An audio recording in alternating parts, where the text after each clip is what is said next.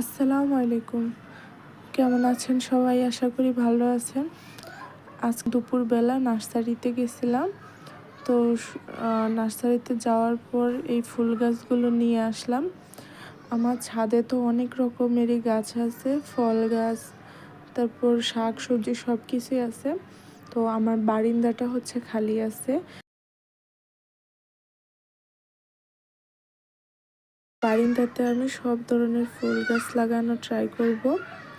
তো এই যে এই পাত্রটা নিচ্ছি হচ্ছে হাজারি গোলাপের জন্য, বড় টবটা নিলাম জবা ফুল গাছটার জন্য, আর ওই ছোটটা হচ্ছে ভেলি ফুলটার জন্য।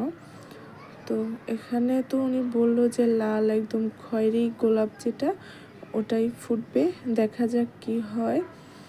আর এটাতে প্রচুর কলি আছে, এগুলো ফুটবে ইনশাল্লাহ।